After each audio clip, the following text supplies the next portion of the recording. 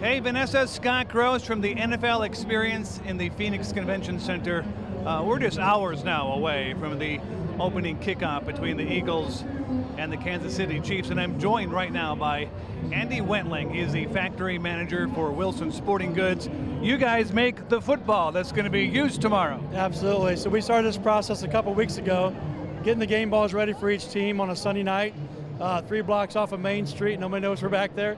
We're pumping them out, so by Tuesday, both teams have all their footballs. How long has Wilson been the official football of the NFL and more so the Super Bowl? Yeah, so we've been official football since 1941, which encompasses all the Super Bowls of 57. So we got about 82 years with the league, so it's a really nice partnership we have.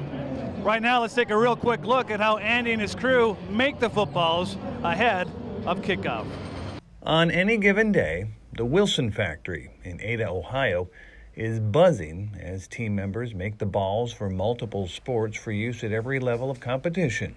Almost 2 weeks ago, on the night of NFL Championship Sunday, plant manager Andy Wentling says the crew at Wilson quickly started logging some overtime.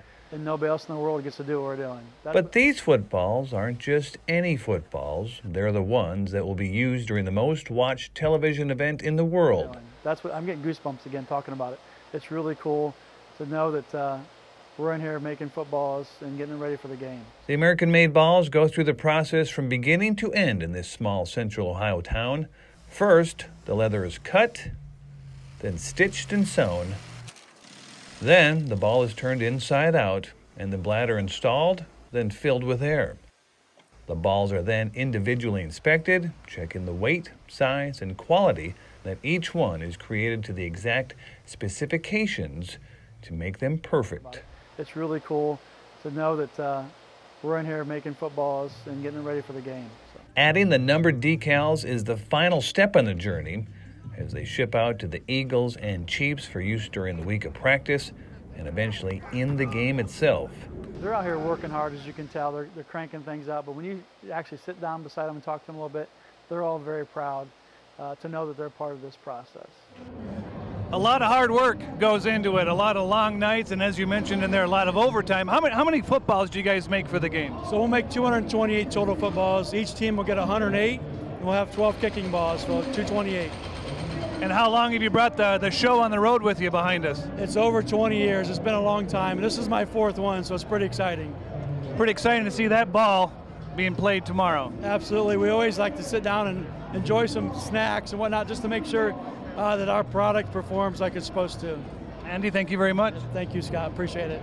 All right, so from the balls being used on the ground to what's going to be in the air ahead of kickoff, here's Jen Wall for our sister station in Phoenix. A special crew is making up Sunday's Super Bowl flyover over State Farm Stadium. Absolutely. It's 50 years of women in naval aviation, so it's a great heritage to be a part of. Lieutenant Lindsay Evans is a member of the all-female flyover crew who will take over the Super Bowl skies while Chris Stapleton sings the national anthem on the ground. When you found out you got this assignment, what was going through your mind? Honestly, I was just super stoked. It's a once-in-a-lifetime kind of opportunity, so I was super excited. The Navy says there will be 4 jets in the flyover and 7 air crew.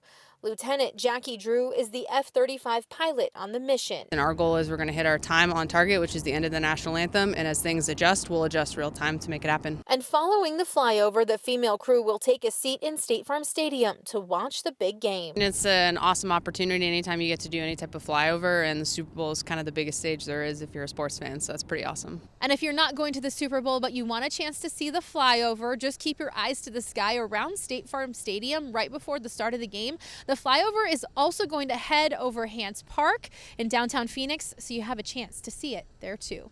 For now, we're at Luke Air Force Base. Jen Wall. And we've got you covered from the footballs being used in the game to the flyover ahead of kickoff. And right behind me, they're still making the footballs here for the fans at the NFL Experience. From the NFL Experience at the Phoenix Convention Center, I'm Scott Gross for KYMA Sports.